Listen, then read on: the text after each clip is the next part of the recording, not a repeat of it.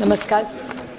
मैं आपकी आभारी हूं कि आपने मुझे आज वक्त दिया। मेरे निर्वाचन क्षेत्र बारामती लोकसभा में पूना का बहुत शहरी एरिया आता है आणि पुणे, सातारा आणि कोल्हापूर या संपूर्ण भागामध्ये प्रचंड पाऊस आणि अतिवृष्टी झाली आणि काल रात्री प्रशासनाच्या माध्यमातून पाणी धरणातून सोडण्यात आलं। तर माझी एवढीच विनंती आहे की पाऊस झाला ते कुणाच्याच हातात नसतं, पण पाऊस पडल्यानंतर सरकारने पाणी सोडायच्या आधी नागरिकांना काहीतरी कळवायला तरी पाहिजे होतं, भोंगा तरी वाजवला, काहीतरी अलर्ट करायला पाहिजे होतं। आणि त्याचबरोबर जेव्हा सरकारला माहिती होतं ऑरेंज किंवा रेड अलर्ट आहे, तेव्हा पुण्याच्या नागरिकांना आधी का नाही सांगण्यात आलं? कारण का आज संपूर्ण वारजे, सिंहगड रोड, पुण्याचा अनेक भाग, पिंपरी चिंचवड असेल किंवा पुणे शहर असेल, त्याच्यात अनेक घरं, शाळा, कॉलेज सगळे पाण्याखाली आलेत। लोक प्रचंड अडचणीत आले।